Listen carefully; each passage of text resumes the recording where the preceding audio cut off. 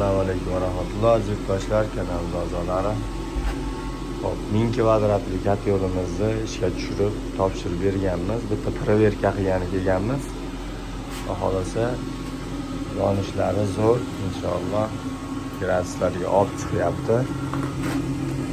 Hozircha 35 gradus, 1 soat atrofida tok o'chgan ekan.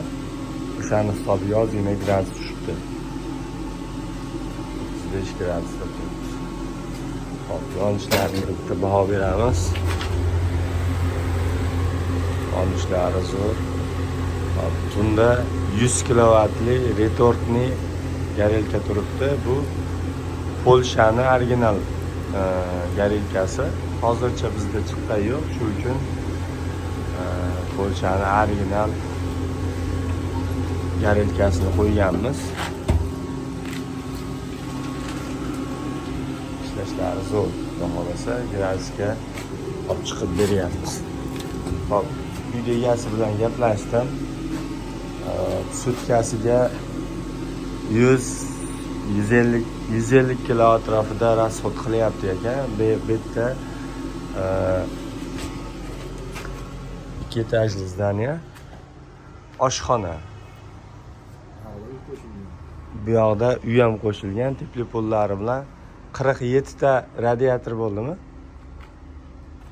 Atrofida 38 ta radiator. 40 ta bo'ri aslida. 40 ta radiator. 40 ta radiator. Kvadrat ko'proq tupli pol. 120 kvadrat tupli pol. Uylari bilan polni xohlasa isitib beryapti. Montajlarni chiroyli qilib o'rab berishgan.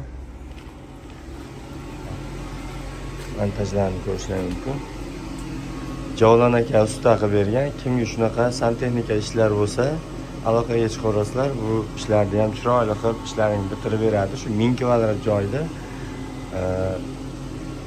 chiroyli qilib ishini bitkazib bergan. Yonishlari zo'r, xudo xolasa gradusga olib chiqib ishlatib bergan. Montajlari tepaga, pastga chiroyli qilib montajini qilib berilgan. Kimga shunaqa ishlar kerak bo'lsa, aloqaga chiqarasizlar, telefon nomerlarini yozib qo'yamiz.